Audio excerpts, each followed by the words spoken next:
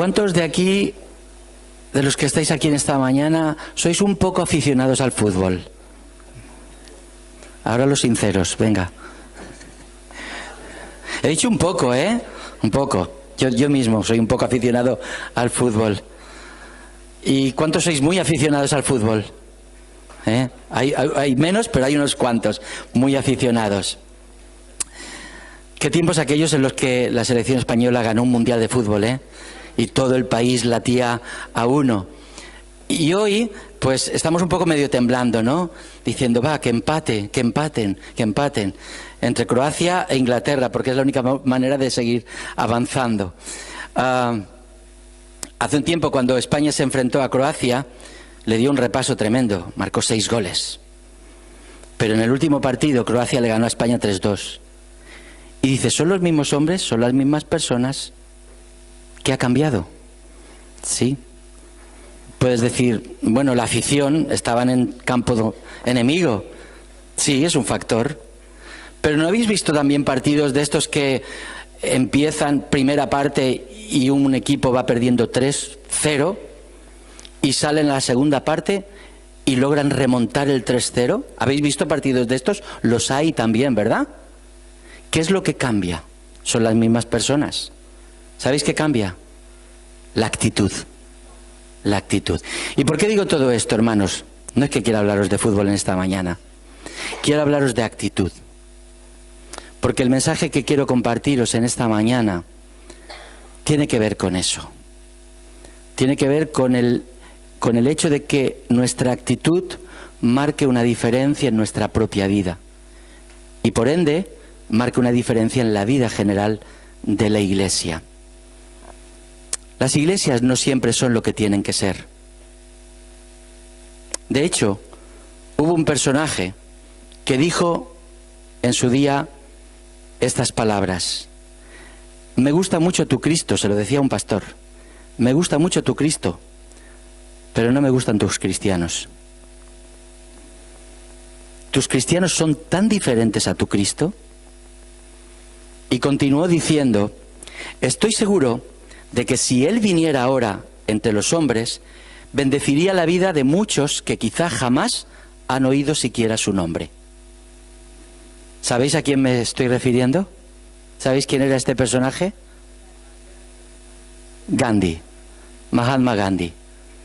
Él dijo estas palabras. ¿Y sabéis? ¿Sabéis por qué las dijo? Él en su tiempo, cuando era joven, se fue a estudiar a Inglaterra y también a Sudáfrica. Allí estaba sacando su carrera de Derecho, y cuando estuvo allí, en ambos lugares, se interesó mucho por el cristianismo, porque leyó la Biblia. Le impactó de manera especial el Sermón del Monte, caló en lo más hondo de su corazón. Tanto es así que él tenía la determinación de pasar a formar parte de una iglesia. Él quería formar parte de una iglesia cristiana. El problema fue que cuando entró a una de esas iglesias que le quedaba cerca, los que estaban en el equipo de recibimiento, atención Ujieres, los que estaban en el equipo de recibimiento le disuadieron para que entrara. Y le dijo, no, tú aquí no tienes cabida. Busca una iglesia para negros.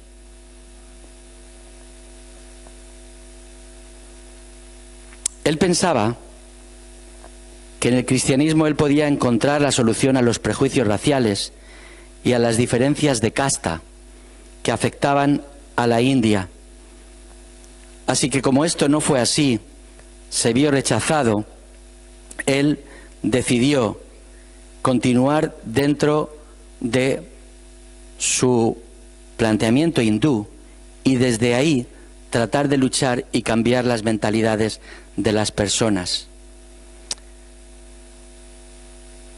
Él dijo, si también los cristianos tienen diferencias de clase, pensó, permaneceré siendo hindú y desde allí atacaré el mal. Dijo, yo sería cristiano de no ser por los cristianos. No sé qué piensas tú al escuchar una experiencia como esta. No sé qué pasa por tu mente o por tu corazón, qué sientes cuando escuchas una historia como esta. Pero ¿no es este quizá uno de los mayores desafíos que cualquier iglesia enfrenta? ¿Que una iglesia se parezca realmente a Cristo? Porque si aquella iglesia a la que él visitó se hubiera parecido a Cristo, posiblemente él habría sido un discípulo más. Pero la iglesia no estaba a la altura. Creo que este es uno de los mayores desafíos que tenemos en nuestra vida, que la iglesia refleje la imagen de Cristo. Y podemos descansar muchas veces cuando decimos, se está refiriendo a la iglesia, no se está refiriendo a mí. Pero tú y yo somos parte de la iglesia. Y en la medida en que tú y yo reflejamos esa imagen de Cristo, la iglesia refleja esa imagen de Cristo. Quiero conduciros a un pasaje de la palabra que está un poquito antes del que hemos leído. Hemos leído en el capítulo 4, pero me gustaría que pudierais tener vuestra Biblia ahí a mano y pudierais ir al capítulo 3, porque en este capítulo encontramos una situación en la que el apóstol Pablo se encontró parecida a la de Gandhi, solo que Pablo era Pablo y Gandhi era Gandhi, pero si nos damos cuenta hay similitudes entre la historia de uno y de otro, porque Pablo, sabéis que él había estado trabajando en la iglesia de Corinto. Él se había esforzado muchísimo para levantar aquella iglesia, para que las personas que abrazaran la fe fueran hombres y mujeres comprometidos, pero eran una de las iglesias problemáticas. Cuando uno lee el Nuevo Testamento se da cuenta que la iglesia de Corinto se las traía, que había de todo ahí. Y por eso Pablo tiene que escribir cosas muy duras, pero también pasajes tan preciosos como 1 Corintios 13. Pero en esta segunda carta que les escribe, se ve que algunos le habían puesto un poco en tela de juicio y habían dicho, este de apóstol tiene lo que yo de torero. Es decir, que es como que no se fiaban de él, que aquello que estaba enseñando no se ceñía a lo que ellos entendían que era la ley de Dios. Y es por eso que Pablo les plantea, bueno, vamos a tener necesidad de buscar cartas de reconocimiento para que nos podáis aceptar entre vosotros. Dice, si vosotros sois nuestras cartas de reconocimiento, porque están escritas ahí en vuestros corazones. Y hablaba de las personas cuyas vidas habían sido transformadas a través del Evangelio liberador que él les había venido a traer. Dice, ¿y ahora a estas alturas vamos a necesitar cartas de recomendación? No, vosotros sois nuestra carta de recomendación. Sus propias vidas eran la carta de recomendación. Pablo les había hablado de un nuevo pacto espiritual, como dice en el capítulo 3. Un pacto que no estaba escrito sobre las tablas hechas de piedra, sino que estaba escrito en el corazón de las personas que habían abierto su vida al Señor. Vamos a leer por un momento en el capítulo 3, de los versículos 7 al 15. Dice así este texto. Dice, esta ley grabada en letras sobre tablas de piedra vino con tal resplandor que los israelitas ni siquiera podían mirar la cara de Moisés, a causa de su intenso brillo. Sin embargo, aquel resplandor había de terminar por apagarse. Y si esa ley que condena a muerte fue promulgada con tanta gloria, ¿cuánta más será la gloria del anuncio de un nuevo pacto fundado en el Espíritu? Es decir, que si fue tan gloriosa la promulgación de una ley que sirvió para condenarnos, cuánto más glorioso será el anuncio de que Dios nos hace justos. Porque la gloria anterior ya no es nada en comparación con esto, que es mucho más glorioso. Y si fue glorioso lo que había de terminar por apagarse, mucho más glorioso será lo que permanece para siempre. Precisamente porque tenemos esta esperanza, hablamos con toda libertad, No hacemos como Moisés, que se tapaba la cara con un velo para que los israelitas no vieran que aquel resplandor se iba apagando. Pero ellos no lo entendieron así. Y todavía ahora, cuando leen el antiguo pacto, ese mismo velo les impide entender, pues no les ha sido quitado, porque solo se quita por medio de Cristo. Hasta el día de hoy, cuando leen los libros de Moisés, un velo cubre su entendimiento. Hasta aquí leemos este texto, aunque reservad ahí la Biblia abierta, porque continuaremos avanzando en ese texto bíblico. Mirad, para muchos judíos no había nada más importante que la ley de Moisés.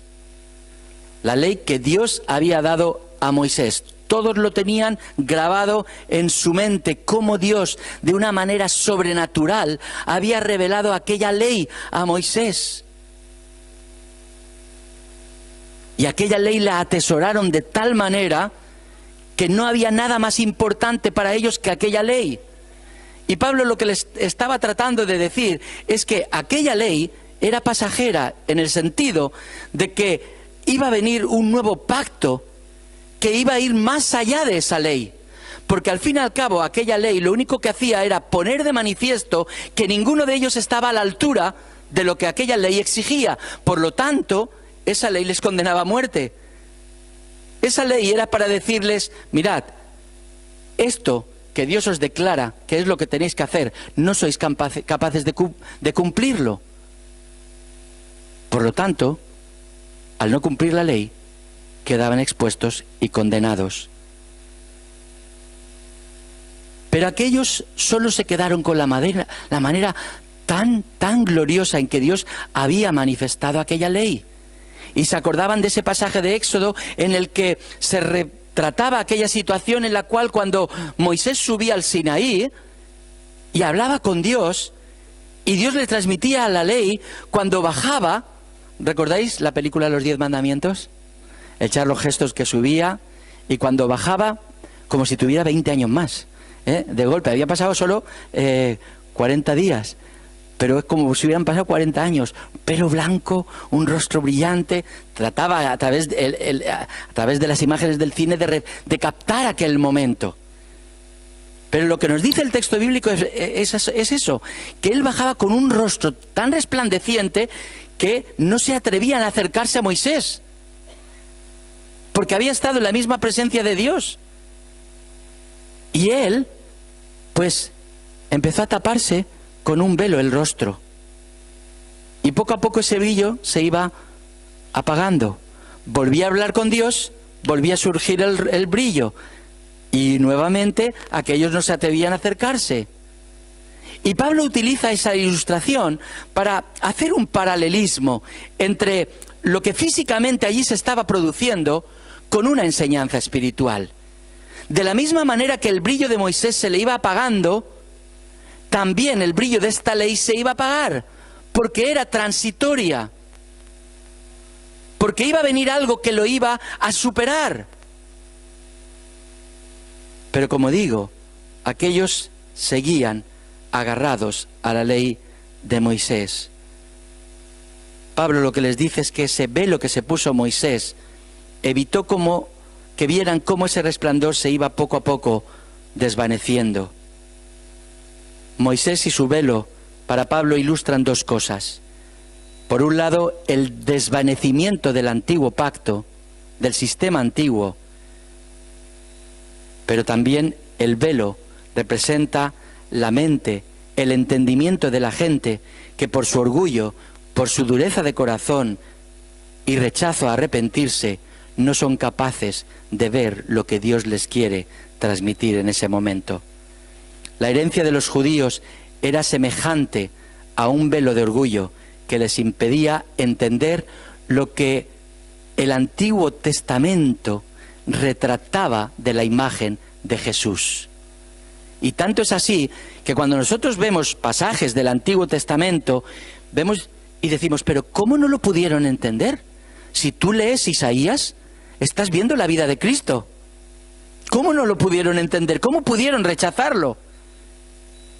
Pero sé decir que hemos de ser humildes, porque posiblemente nosotros, si hubiéramos estado en esa época, habríamos reaccionado igual que ellos.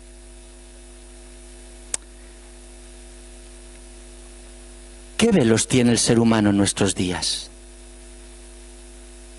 ¿Qué velo tiene el ser humano en nuestros días que les impide ver la persona de Jesucristo? ¿Qué velos tiene el ser humano en nuestros días que les impide buscar a Dios para tratar de solucionar los terribles problemas que tiene la humanidad? ¿O es que no tenemos terribles problemas como seres humanos? No hace falta irse al llamado tercer mundo. Aquí, en nuestra propia España, tenemos cantidad de situaciones a nuestro alrededor. No hace falta ni salir de Denia. A veces no necesitamos salir de nuestra propia familia para darnos cuenta de los grandes dramas que a veces vivimos. ¿Y por qué en medio de esos dramas a la gente no le da por buscar a Dios? ¿Por qué? ¿Os lo habéis preguntado? Porque cuando les empiezas a hablar de Dios, huyen, vamos, como si les estuvieras hablando muchas veces de la peste. Y de lo que estás hablando o tratando de transmitir es una acción de Dios sobre sus vidas que les transformaría y les llevaría a experimentar la libertad que Cristo trajo para el ser humano. Hay muchos en nuestros días que rechazan el mensaje de salvación que tantas vidas ha transformado. ¿Y sabéis por qué? Pues mirad, quizá Pablo lo retrata muy bien en el capítulo 4, versículos 3 y 4. Dice: y si el mensaje de salvación que predicamos es oscuro, lo es solamente para los que se pierden, pues como ellos no creen, el Dios de este siglo, de este mundo, les ha cegado el entendimiento para que no vean la brillante luz del Evangelio de Cristo glorioso, imagen viva de Dios. El enemigo es muy astuto y sabe cómo trabajar en nuestra mente, en nuestra manera de pensar, de ver las cosas, para decirle a la persona, decirle al ser humano: no vayas en esa dirección, que lo único que te vas a encontrar es con un Dios que te va a amargar la vida. Tú hazme caso a mí y sigue mis consejos. Y seduce de una manera muy sutil, pero hay tantas personas seducidas que, como dice aquí el apóstol Pablo, ha entenebrecido su entendimiento, lo ha oscurecido de tal manera que no pueden ver el resplandor de la persona de Jesús. Muchos de nosotros también anduvimos en nuestra juventud ciegos, sin poder ver el brillo de la persona de Jesús. Pero ¿no será tal vez que el mismo problema que tenían aquellos judíos de la época de Pablo sean los mismos problemas que tenemos también en la actualidad, que tienen las personas que nos rodean? Es decir, ¿cuál era el elemento fundamental por el cual aquellos rechazaban lo que Pablo les venía a comunicar? Orgullo. Y yo creo, hermanos y amigos, que el orgullo está en la base de lo que muchas veces supone el rechazo de la persona de Jesús. Porque ¿acaso muchas veces uno no rechaza el buscar en Dios la solución a sus problemas porque confía en sí mismo? ¿Cuántas personas confían tanto en sí mismos que no buscan ayuda ni en Dios ni en nadie? ¿Cuántos matrimonios se hunden y a veces les dices: pero ¿alguna vez habéis ido a algún consejero, a alguien que os pudiera echar una mano? No, lo hemos querido arreglar entre nosotros. Muchas veces es esa confianza en uno mismo, el deseo de no ser controlado por nadie, nada más que por uno mismo. El tratar de hacer las cosas como cantaba aquel cantante, a mi manera, a mi manera. La desconfianza de todo lo que huele a religioso, porque puede arrebatarme el control de las cosas que yo quiero controlar. Orgullo. Pero también creo que tenemos que buscar un elemento de autocrítica.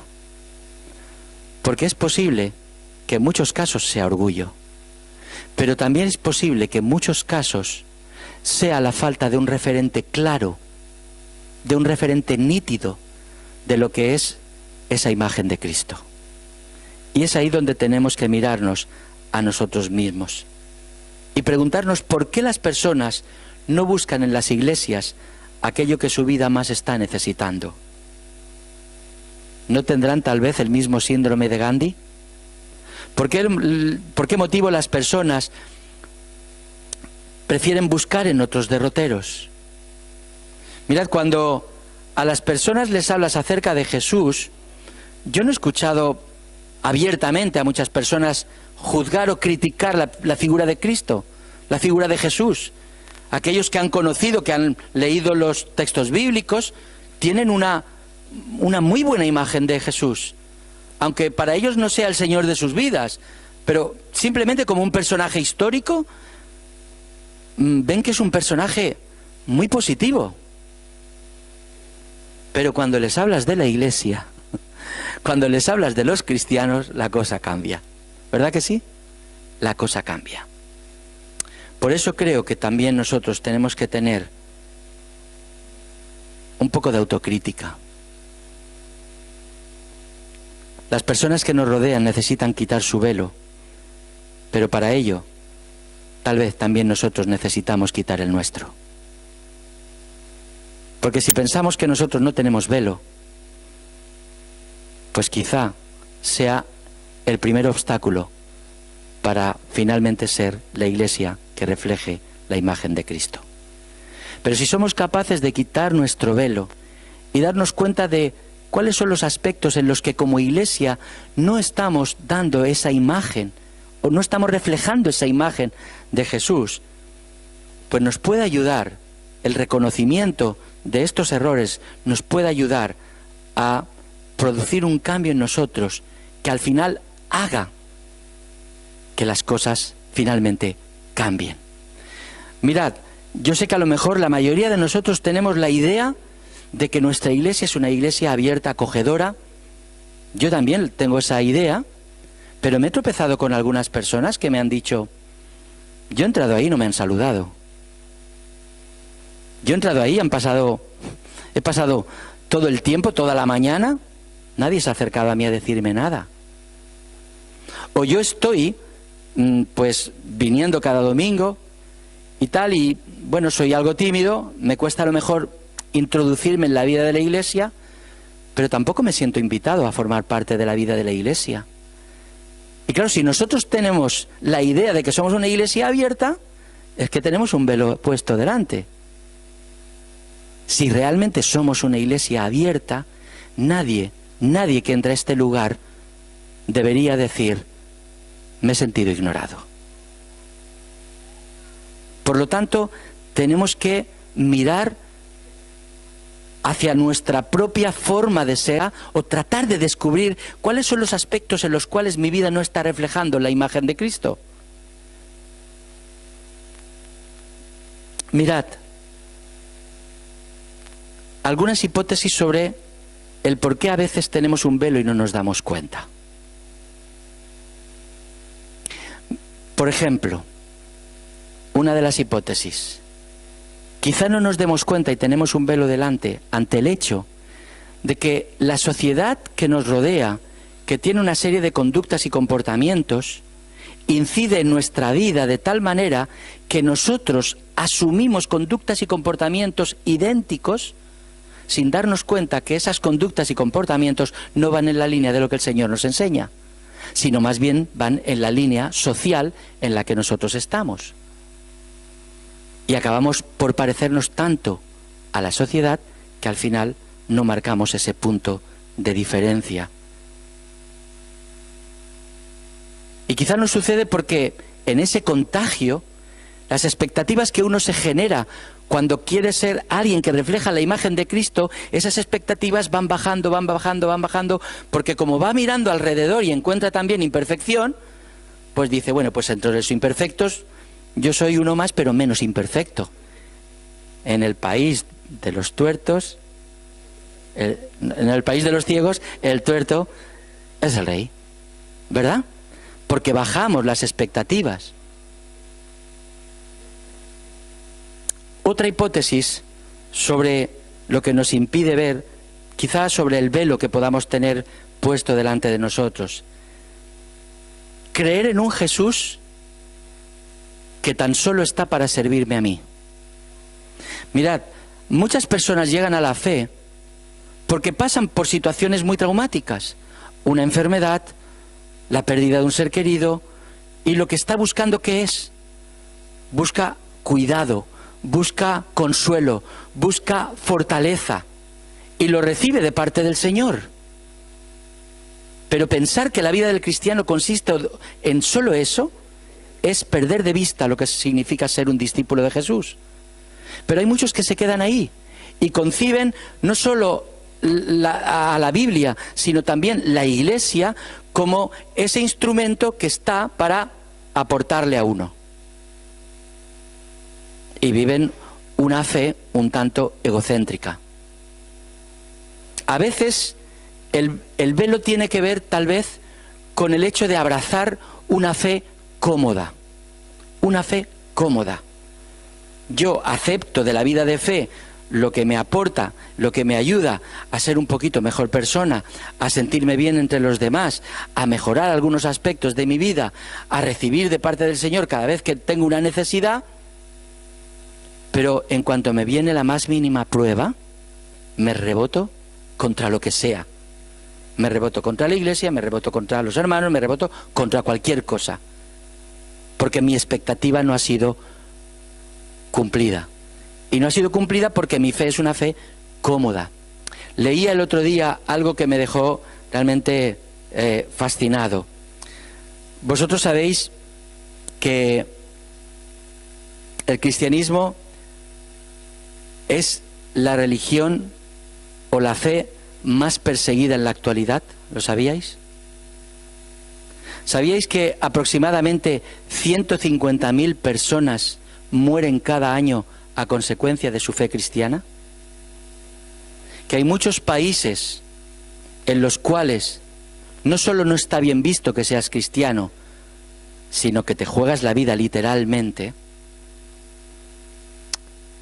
Hace unos días se entrevistaron a un escritor, alguien que ha hecho 6 películas documentales, alguien que ha escrito mucho sobre la persecución del cristianismo en nuestros días, Fernando de Haro, y le hicieron una entrevista en El Mundo, y el periodista le preguntó, o le dijo, en sociedades como las nuestras, como la nuestra, se nos hace difícil comprender que alguien esté dispuesto a perder la vida por no renunciar a una creencia.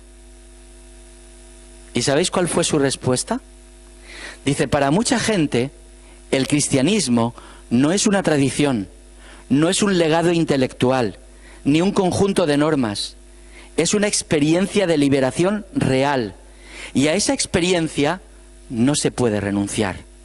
Dice, cuando un Dalit, es decir, un paria en la India, al que tratan cruelmente como la reencarnación de un error del pasado, alguien así empieza a ser tratado como una persona con dignidad y con respeto, ya no renuncia nunca a ese vínculo afectivo.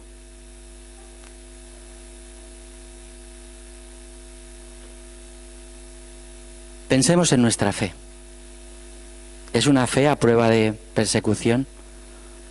Yo no sé cómo es mi fe, pero tengo miedo de que mi fe no esté a la altura. Podemos ampliar el número de hipótesis. A veces el no admitir que entre lo que predicamos y lo que vivimos hay a veces un gran abismo. O que en el fondo se trata de un tema de obediencia. Yo sé muy claramente lo que la palabra me dice sobre esto y sobre lo otro. Pero una cosa es lo que me dice y otra cosa es lo que yo hago. ¿Verdad? ¿No encontráis a veces esa especie de tensión en vuestra propia vida? Esa tensión entre lo que la palabra me dice que yo he de hacer en ciertas circunstancias, pero lo que yo realmente al final hago. La palabra es muy clara. Pero es que a veces mi temperamento, mi orgullo, mis prejuicios, mis celos, hay muchas cosas que al final me distorsionan y no me permiten de alguna manera proyectarme como lo que tengo que ser, alguien a imagen y semejanza de Cristo. ¿Cuál es el resultado de tener todos esos velos delante de nosotros? Pues mirad, el primer resultado es desánimo en nosotros mismos.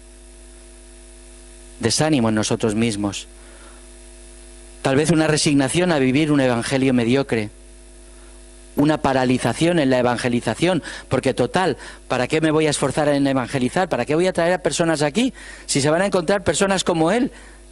Y encima le voy a añadir problemas, porque se va a tener que entender con un montón de personas.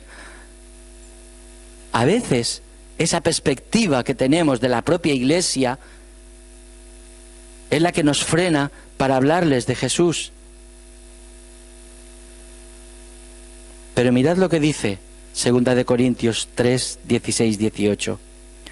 Solo cuando una persona se vuelve al Señor, se le quita el velo. Porque el Señor es el Espíritu, y donde está el Espíritu del Señor, ahí hay libertad. Por eso, todos nosotros, ya sin el velo que nos cubría la cara, somos como un espejo que refleja la gloria del Señor. Y vamos transformándonos en su misma imagen, porque cada vez tenemos más de su gloria, y esto por la acción del Señor, que es el Espíritu. ¿Qué palabras más directas para nosotros en esta mañana? Las del apóstol Pablo. Dice que solo cuando una persona se vuelve al Señor, se le quita el velo. Pero nosotros inconscientemente esto lo trasladamos siempre en nuestro momento de conversión. Cuando yo conocí al Señor, se me cayó el velo. Pero ¿pensamos que ya no ha habido más velos en mi vida? Se quita uno y a veces se pone otro.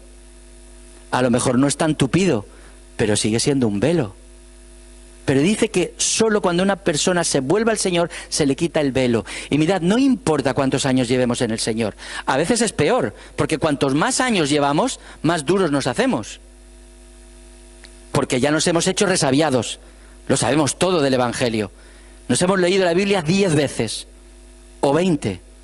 Lo conocemos todo al dedillo. Entonces, ¿qué me va a enseñar este recién llegado? ¿Qué me va a enseñar este que lleva 3 meses aquí en la iglesia?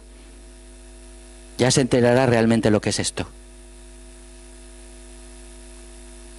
Cuando una persona se vuelve al Señor, se le quita el velo.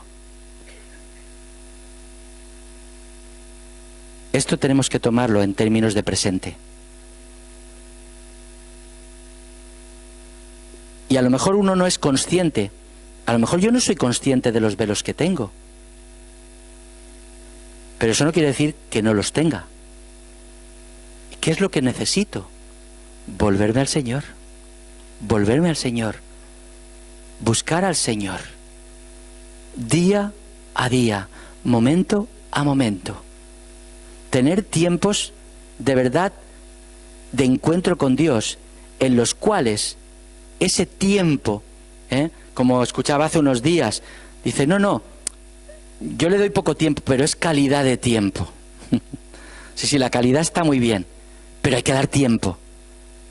El tiempo suficiente para que el Señor nos hable a nosotros. No solo para que vayamos, le digamos en nuestra oración todo lo que le tenemos que decir, pero cuando llega el momento en que Él nos tiene que decir algo, ya nos hemos marchado.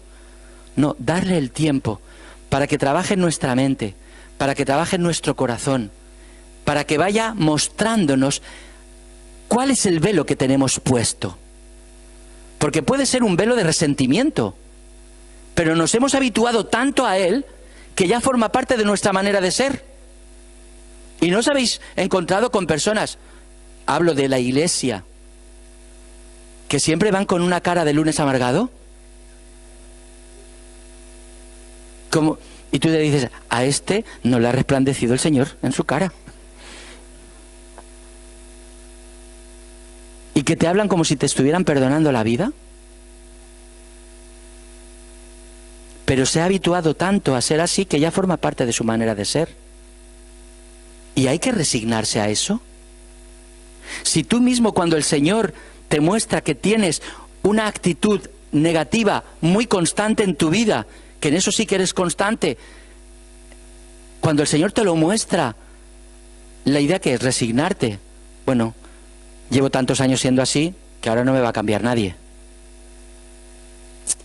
Para nada, para nada. El Señor lo que quiere es transformar nuestra vida. Empezó a hacerlo en su día, pero sigue haciéndolo hoy día, y día a día, momento a momento, día tras día, mes tras mes, año tras año. Y los velos que el Señor nos va mostrando que tenemos, los tiene que ir quitando. Y en la medida en que los va quitando y nos va haciendo tomar conciencia de cómo realmente somos, tenemos que ponernos manos a la obra. Ahora, eso sí, caeríamos en un error de pensar que entonces me tengo que yo esforzar mucho humanamente. Claro que el Señor quiere que te esfuerces, pero tu mayor esfuerzo se tiene que concentrar en la búsqueda de Dios. El otro día conversábamos en una cena con unos amigos y conversábamos acerca de una persona que falleció después de un proceso de cáncer muy duro. Pero esa persona estaba tan preparada para enfrentar la muerte, tan preparada, que te transmitía una paz, y no era la paz del inconsciente. No, era la paz del que, sumamente consciente de lo que tenía y hacia dónde se abocaba, respiraba una paz especial, porque todo su ser estaba centrado en la persona del Señor, Jesús. ¿Se improvisó eso en su etapa de enfermedad? No. Es una persona que conozco desde hace muchos años. De esas personas que hablan poco, pero que viven mucho interiormente. Y que buscan siempre esos espacios de quietud donde encontrar a Dios. Donde dejar que Dios trabaje en uno. Y claro, el resultado no puede ser otro que el de una persona que refleja el brillo de Cristo. ¿Es así tu vida? Porque si no lo es, yo creo que hoy es el momento de empezar a marcar un punto de inflexión. En ti, en mí, en cada uno de los que estemos abiertos a la acción del Espíritu. Porque esto es lo que nos dice Pablo. Esto es lo que nos dice Pablo. Dice, porque allí donde está el Espíritu del Señor, allí hay libertad. Y si el Espíritu del Señor está en tu vida y tú estás esclavizado por una actitud de celos, el Señor pone libertad. Y allá donde tú estás esclavizado por una actitud de amargura, una raíz de amargura, si está el Señor, te libera de eso. Pero para ello, como digo, necesitamos huir de este concepto de postureo que vemos tanto en nuestra sociedad. Demostrar un rostro feliz en cualquier momento, en cualquier lugar, aunque no se corresponda con lo que yo estoy viviendo. No, dejémonos de postureos.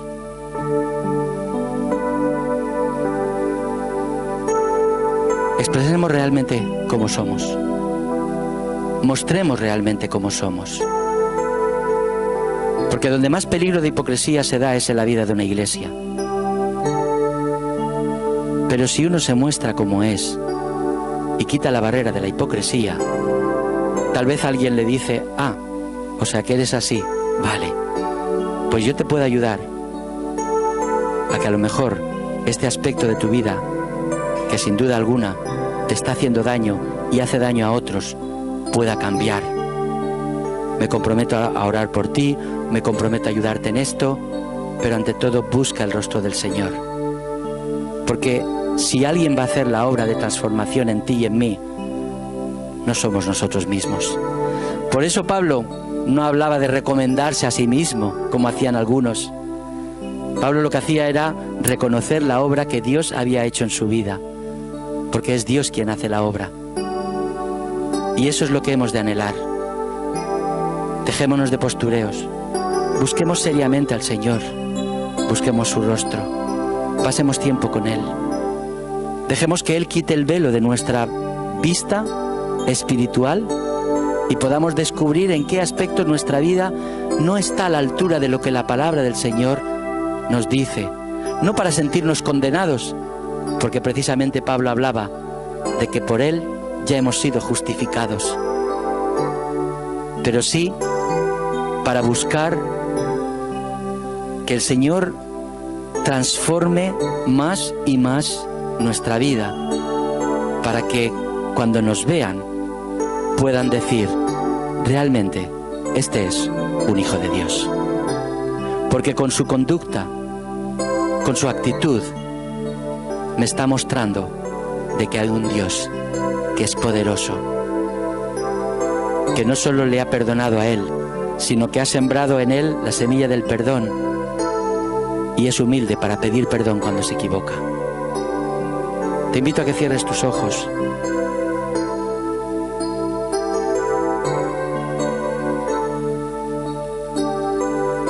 Y que cada uno, de manera individual, pueda presentarse delante del Señor.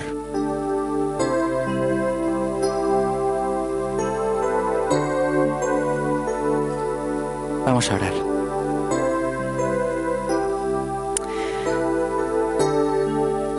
Padre, gracias Señor porque tú un día, a muchos de los que estamos aquí presentes, un día nos quitaste un velo que nos impedía buscarte, que nos impedía ver cómo realmente somos. Y aquello cambió nuestra vida, cambió nuestros parámetros de vida, cambió nuestro orden de prioridades, cambió nuestro carácter, cambió nuestra manera de ser, cambió nuestra cosmovisión de la vida.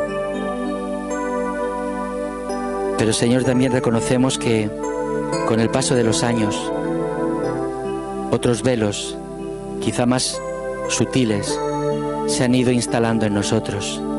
Velos que nos impiden realmente descubrir qué es lo que está fallando en nuestra vida para que ésta no esté reflejando la imagen de Cristo. Señor, yo te ruego en esta mañana que salgamos de aquí con la firme determinación de buscar tu rostro, de hacerlo cada día, de pasar tiempo contigo, porque solo a través de la meditación sosegada en tu palabra, solo a través de lo que significa estar delante de tu presencia, solo desde lo que significa tener los oídos atentos a lo que tú nos quieras decir, solo desde eso podemos experimentar cómo tú puedes quitar esos velos. Y una vez, Señor, que tú nos revelas cómo realmente somos, en qué estamos fallando, cuáles son esas actitudes que se han apoderado durante años de nuestra vida, de nuestra conducta, y que sin duda alguna no han inspirado a los que nos rodean. Tú eres poderoso para quitarlo. Ayúdanos, Señor, porque tú eres el único que puedes transformar nuestro ser. Tú eres el único capaz de hacer de esta iglesia una iglesia abierta, dispuesta, resuelta a cumplir con tu voluntad, a pesar de lo difícil que esto pueda resultar, porque tú haces que nuestra carga sea liviana. No vas a poner un peso superior al que podamos soportar. Nos has llamado a la libertad y queremos ser verdaderamente libres en ti. Por eso, Señor, te ruego que quites el velo, que nos muestres cómo somos y que vayamos a ti para que nuestra vida sea plenamente transformada. Obra tú con poder, te lo ruego en el nombre de Jesús. Amén.